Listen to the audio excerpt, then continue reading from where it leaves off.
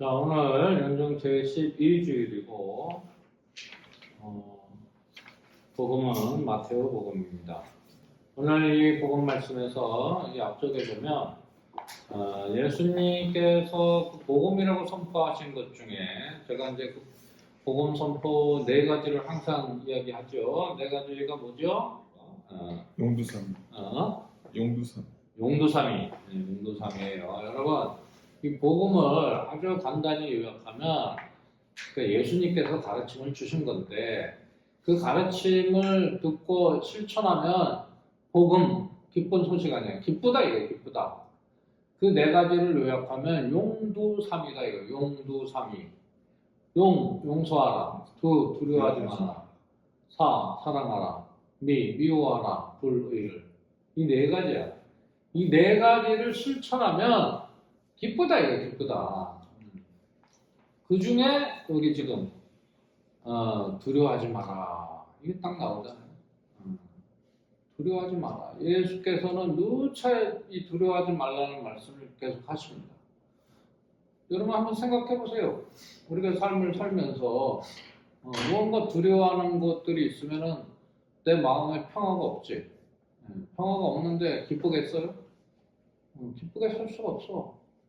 그러니까 이 두려워한다. 여러분 한번 생각해. 내가 지금 두려워하는 게 뭔가? 말을 좀 바꿔서 걱정하는 게 뭔가? 이런 거 한번 생각해봐. 근데 분명히 제가 얘기하지만 여러분이 지금 걱정하는 것은 사실은 걱정하지 않아도 될 걸 걱정하고 있다는 겁니다. 그러니까 그 걱정거리를 내 눈앞에 딱 직시를 하세요. 그러면 사실은 그 걱정거리가 아니야.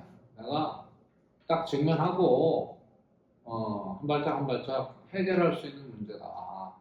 그러니까 두려워하지 않아도 될 것이다 하는 거예요.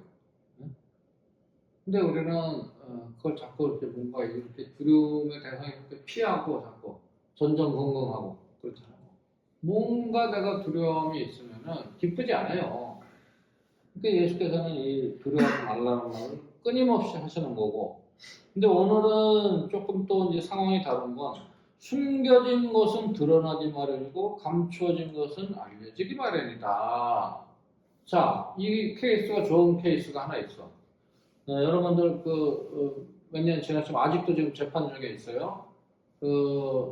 이재명 대통령이 성남시장일 때 대장동이라는 곳에 대규모 그 아파트를 건설하는데 거기서 이 성남시장 이재명이 돈 받아 먹었다. 그러면서 그냥 증거를 조작하고 증인들을 조작해가지고 덮어씌워서 아직도 지금 재판 중에 있죠. 엊그저께 하나 지금 공소가 취소됐지만 생각해보세요. 성남시장을 할 때 이 우리나라 역사상 전무후무하게 지자체 장이 공공 환수를 했어. 그 대장동 그 아파트 분양하면서 5천억이 넘는 돈을 성남시로 환수했어요. 그건 전무후무한 거야. 그런 대단한 일을 한 사람이 그 당시에 성남시장 할 때. 근데 그 상대 당에서는 저 사람 저렇게 큰 공사를 하는데 시장이니까 허가권을 빌미로 돈 먹었다, 뒷돈 먹었다 하고선 조작해가지고 재판을 했단 말이야. 그러면 어떻게 돼? 이 사람은 억울하니까 이거를 해명하고 뭘 아무리 해도 그냥 검찰이 탈탈 털고 그냥 온갖 소모와 능욕을 당하게 만들잖아. 그럴 때도 두려워하지 말라 이거야. 여기 나오잖아. 숨겨진 것은 드러나기 마련이고 감추어진 것은 알려지기 마련. 다 드러났어 지금 이제 몇 년 지나니까 그 경기도지사 때도 마찬가지잖아. 그 경기도지사 이화영 도지사라는 분을 그 몇몇 검찰들이 강압적으로 거짓 증언을 하게 만들었다. 북한에 방북 비용 대라. 그래서 쌍방울 그 회사 그 쌍방울 회사 사장이 조폭이에요. 조폭. 그놈이 800만 달러 얼마를 북한에 전해줬다. 경기도지사 할 때. 그걸 또 덮어 씌운 거야, 거짓말로. 그러니까 그걸 거짓 증언을 하게 만들려니까 온갖 협박과 그냥, 그러면서 그 깜빵에 있는 사람을 데려다가 그냥 검사실에 불러서 그냥 연합파티, 그래서 그 연합파티가 나오는 거예요. 아니, 깜빵에 있는 사람 불러다가, 회유하는 거야. 연합파티 먹이면서 그냥, 야, 빨리, 이재명이가 그랬다 그래. 한마디만 하면 너 풀어줄게. 막 이러면서, 회유하고 협박하고. 그게 지금 다 거짓말로 드러났어. 검사놈들이 거짓으로 그냥 다 증인들을 회유해가지고, 그렇게 하는 거야. 그게 다 드러나잖아. 그러니까 걱정하지 마라. 진실은 다 드러나게 돼 있다, 이거야. 여러분들 이런 것들이 이 예수 당시에 예수가 온갖 그 죄악으로 덮어쓰고서 그 당시에 그 바리새인들과 사두가이 이 파들한테 죄를 뒤집어 써서 십자가형에 당한 거예요. 이게 정치적인 죽음이야. 사실은 예수가 괜히 죽은 게 아니야. 그 당시에 그 기득권 세력인 이 대사제들, 왜냐면 예수가 그 자기들의 그 먹거리, 그 비리지, 비리. 성전에서 그냥 온갖 그 자릿세 받아가면서 재물 바치는 그 재물 판매상들, 환전상들. 여러분, 뭐 옛날에 그 뭐냐, 그죠? 무슨 월드지? 페이스북 같은 거 초기? 한국 무슨 월드 있지? 싸이월드. 싸이월드. 싸이월드에 보면 거기 도토리 있었지, 도토리. 네네네. 도토리가 그때도 있었어, 도토리가. 뭐, 뭔지 알아? 그것도 복음에 나오잖아? 성전 정화 장면에. 그, 환전상들 판을 예수가 뒤집어 엎어버려. 그다음 왜 내 아버지 집을 이렇게 강도의 소굴로 만드냐 하면서 채찍을 만들면서 그냥 환전상을 뒤집어 엎어버렸는데 그 환전상들이 도토리 장수야. 예를 들면. 그 양을 제물로 바치려고 갖고 와.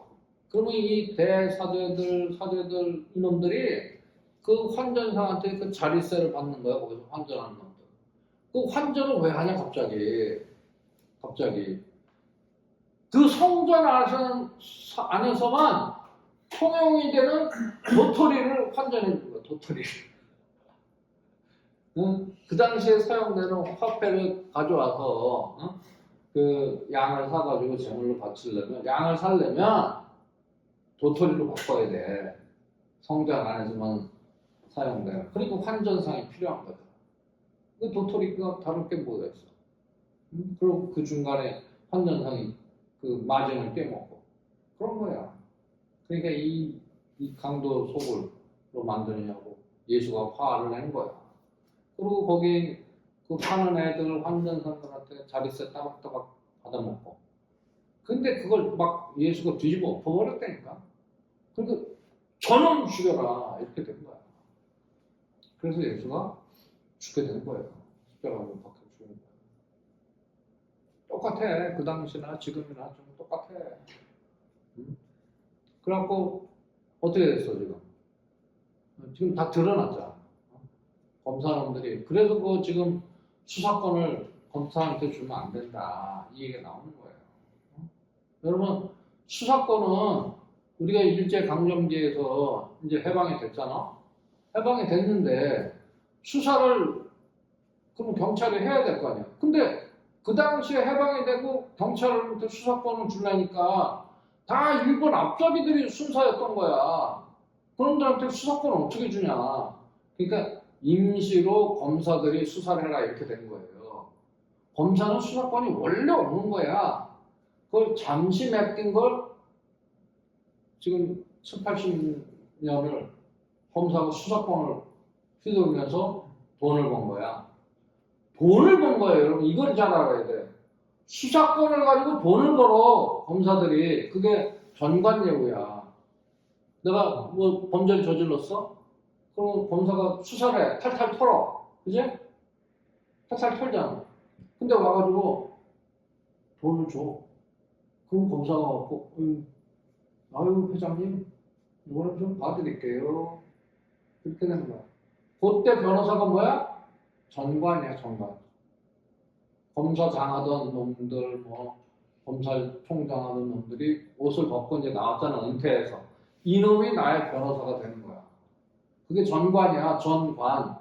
그러면, 아, 이거 좀 봐주세요. 그러면 이놈이 전화 한 통 하는 거야, 후배들한테. 현직 검사, 아이고, 김 회장님 좀 잘 좀 봐줘. 어? 그럼, 예, 하고 와가지고 수사를 대충 해. 어. 안 하든지. 그리고 무죄. 덮어주는 거야. 그럼 어떻게 돼? 변호사 수임도 안 해도 돼. 전화 한 통화로 그냥 어마어마한 거 돈을 주는 거야. 그러면 그 전관이 자기 혼자 먹겠어? 후배들한테도 다 주지? 안 그래? 그게 전관 예우야. 전관 예우라고 그러면 안 돼, 사실은. 전관 범죄지. 응? 전관 범죄를 저지르는 거야. 자, 그 다음에. 그래서 이제 오늘 이 앞에 보면 두려워하지 마라라는 거예요. 드러난다. 아무리 그렇게 해도 숨겨진 건 드러나기 마련이다 이거야. 그러니까 여러분들이 진짜 맑고 투명하게 건강하게 살면 돼. 걱정할 거 없어. 아무리 뒤집어 쓰고 억울하고 해도 나중에는 드러나기 마련이다라는 거예요. 물론 그렇게 그냥 죄를 뒤집어 쓰면 고난을 받겠지. 어쩔 수 없어. 그러나 그런 상황에서도 두려워할 필요는 없다라는 거예요. 그리고 조금 더 길게 보잖아. 예를 들면 억울하게 죽은 사람 얼마나 많겠어. 여러분 인혁당 사건 이런 거 알아요? 인민혁명당 사건이야. 대학생들이 데모를 했는데 박정희 때야. 잡아다가 사형 선고 내고 그 다음날로 사형을 해버렸어. 얼마나 억울해. 인혁당을 만들었대. 다 거짓말이야. 인민혁명당을 만들었다는 거야. 무슨 대학생들이 그걸 만듭니까? 전부 거짓말이야. 거짓말로 사람을 죽여버린 거야. 국가 권력을 사용해서.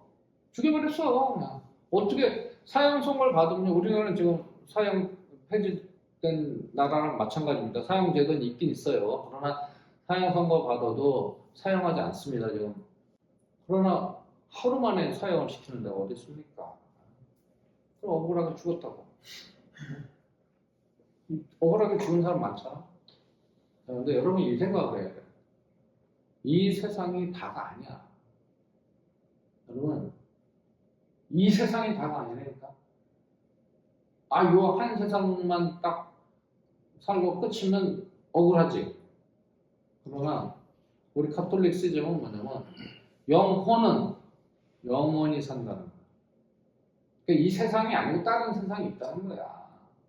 근데 이 기성 종교들 있잖아. 그러니까 이 신학적인 체계가 탄탄한 기성 종교들은 다 부활의 개념이 있습니다. 부활. 또 불교도 마찬가지. 부활에서 환생하잖아. 환생.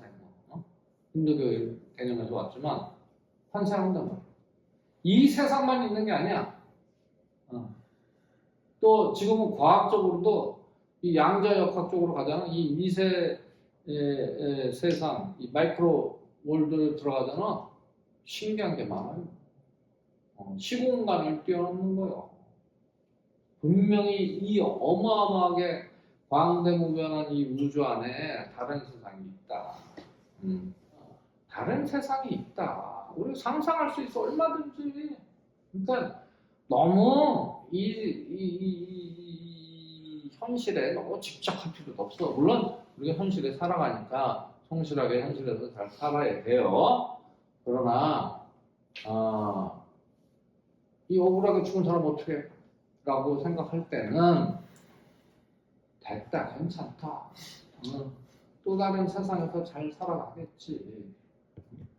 그러니까 우리 이 카톨릭에서 장례미사 할 때 뭐라 그러냐면 죽음이 죽음이 아니요 새로운 시작이다. 이런 표현을 써요. 새로운 시작. 여러분들 그 성인들 추결 있잖아. 추결. 그게 다 죽은 날이야. 왜냐하면 그 죽은 날이 새 세상의 생일이다. 그러니까 그걸 기념하는 거야. 자, 그래서 여기 보세요. 육신은 죽여도 영혼은 죽이지 못하는 자들을 두려워하지 마라. 영혼은 죽이지 못해. 영원히 간단 말이야. 자, 오늘 예수님께서 하시는 말씀이 이게 두려워하지 말라는 거야. 영혼은 죽이지 못하니까. 그죠? 이런 걸 우리가 생각하고 예수께서 복음, 용두삼위를 일상 안에서 구체적으로 실천하면서 살면 우리 삶 전체가 기쁘다 이거예요. 기쁘다. 우리 마음에 새기고 명심하기 바랍니다. 우리의 신앙을